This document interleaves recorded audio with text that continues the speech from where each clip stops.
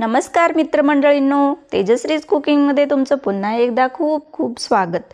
आज आपण पनीर भुर्जी कशी करायची ते बघणार आहोत। तर हॉटेलमध्ये किंवा ढाब्यावरती मिळते त्याच्यापेक्षाही भारी ही भुर्जी बनतेच, पण एकदम झटपट कमी साहित्यात आणि कमी वेळेत ही भुर्जी बनतेच आणि तुमच्या घरात असलेल्या साहित्यामध्ये बनेल। चला तर मग पटकन रेसिपी बघूयात। तर सगळ्यात आधी काय करायचं, गॅसवरती कढई गरम करायला ठेवायचं आणि त्याच्यामध्ये 2 मोठे चमचे तेल घालायचं। तेल गरम झालं की जिरे घालायचे आणि मग जिरे छान असे फुलले की ह्याच्यामध्ये 2 बारीक चिरलेला कांदा घालायचं आणि कांदा थोडासा ट्रान्सपरंट होईपर्यंत, थोडासा मऊ होईपर्यंत त्याला भाजून घ्यायचं। हे बघा, कांदा ट्रान्सपरंट झालेला आहे। आता ह्याच्यामध्ये आलं लसूण पेस्ट घालायचं। तर मी काय केलेलं आहे, 7-8 लसणाच्या पाकळ्या आणि एक छोटा आल्याचा तुकडा खलबत्त्यामध्ये छान असा बारीक कुटून घेतलेला आहे आणि एक ढोबळी मिरची अशा पद्धतीने त्याचे बारीक तुकडे करून ह्याच्यामध्ये घालायचं आणि 1 चमचा बेसन पीठ घालायचं। आता ह्याला छान असं बेसन पिठाचा कच्चेपणा जाईपर्यंत 5 मिनिटं भाजून घ्यायचं आणि बेसन पीठ घालायचं कारण म्हणजे बेसनामुळे आपल्या भाजीला छान असं बाइंडिंग येतं आणि भाजीमध्ये पाणी सुटल्यासारखं अजिबात होत नाही। आणि तुम्ही ढोबळी मिरची घालणार नसाल तर 1 किंवा 2 हिरवी मिरची बारीक चिरून घाला, पण ढोबळी मिरची आणि हिरवी मिरची दोन्ही पण घालू नका, नाहीतर मग भाजी खूपच तिखट होईल। हे बघा, 5 मिनिटं छान असं मी हे भाजून घेतलेलं आहे। आता ह्याच्यामध्ये अर्धा चमचा हळद घालूया, 1 चमचा जिरे पूड घालूया आणि 1 चमचा धने पूड घालूया आणि 2 चमचे लाल तिखट घालूया। तर लाल तिखट थोडंसं जास्त घातल्यामुळे भाजीला लाल छान कलर येतो, पण तुम्ही 2 चमच्याच्या जागी 1 चमचा घातला तरी देखील चालेल आणि ह्याला फक्त 1 मिनिटभर छान असं भाजून घेऊयात। आता ह्याच्यामध्ये 2 टोमॅटो बारीक चिरून घालूया आणि टोमॅटो घातल्या घातल्या लगेच आपल्याला मीठ घालायचं आहे। त्यामुळे काय होईल, टोमॅटो पटकन मऊ होतात आणि पटकन शिजतात आणि मिक्स करून ह्याला छान असं तेल बाहेर सुटेपर्यंत भाजून घ्यायचं। चमच्याने असं दाबत दाबत त्याला मिक्स करून घ्यायचं किंवा मग तुम्ही मॅशरनी मॅश करून देखील घेऊ शकता आणि तुम्ही टोमॅटोची प्युरी बनवून घालणार असाल तरी देखील चालेल। आणि टोमॅटो घेताना नेहमी लक्षात ठेवायचं, टोमॅटो हे छान पिकलेलेच घ्यायचं। थोडा जरी कच्चा असेल टोमॅटो तर अजिबात घ्यायचा नाही, नाहीतर काय होईल, भाजी ही आंबट होते।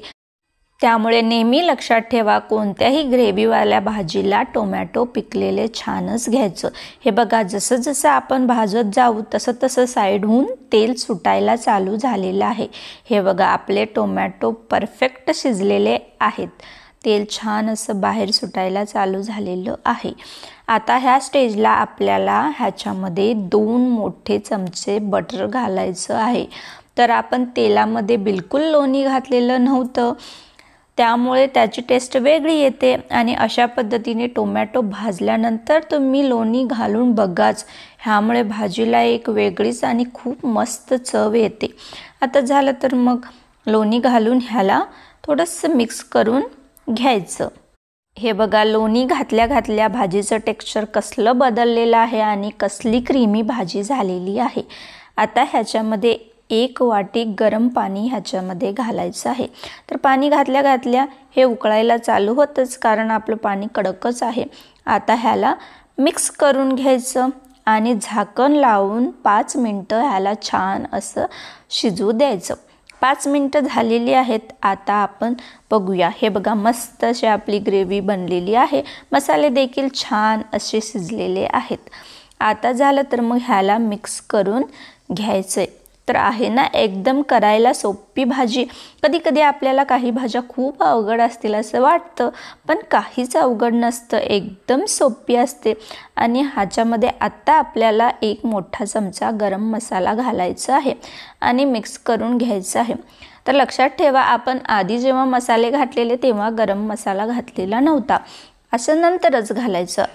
आता ह्याच्यामध्ये पनीर घालायचं आहे। तर पनीर घालताना पनीर अशा पद्धतीने हाताने कुस्करून मॅश करूनच घालायचं।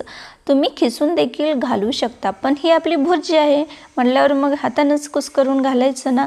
आणि झालं तर मग आता पनीर घातल्यानंतर ह्याला मिक्स करून घ्यायचं आणि झाकण लावून फक्त 1-2 मिनिट शिजवलं की आपली भाजी रेडी आहे। एकदम करायला सोपी, घरातल्या साहित्यामध्ये बनतेच, पण एवढी टेस्टी बनते ना ही भाजी। तुम्ही प्रत्येक सॅटर्डे किंवा संडेला एकदा बनवला की नेहमी ही भाजी नक्की बनवणारच। तर नेहमी तीच पावभाजी खाण्यापेक्षा आणि करण्यापेक्षा एकदा ही पनीर भुर्जी तुम्ही नक्की ट्राय करून बघा। मी तर म्हणते पावभाजी करण्यापेक्षा तर सोपी आहेच ही भुर्जी बनवणे। आणि आता झाकण लावलेलं आहे, आता 2 मिनिट ह्याला शिजायला ठेवून द्यायचं। 2 मिनिटं झालेली आहे, मस्त अशी आपली भाजी बनवून रेडी आहे। आता ह्याला मिक्स करून घ्यायचं आणि वरून थोडीशी बारीक चिरलेली कोथिंबीर घालायचं। चला तर मग मस्त अशी भाजी आपली बनलेली आहे। तुम्ही ही भाजी रोटीसोबत खाऊ शकता, ब्रेडसोबत खाऊ शकता किंवा पावसोबत खाऊ शकता, चपातीसोबत खाऊ शकता, भातासोबत खाऊ शकता। तर नॉनव्हेजवाले अंडा भुर्जी खातात, तर आपण व्हेजवाल्यांनी काय करायचं, मस्त अशी ही पनीर भुर्जी करून खायची।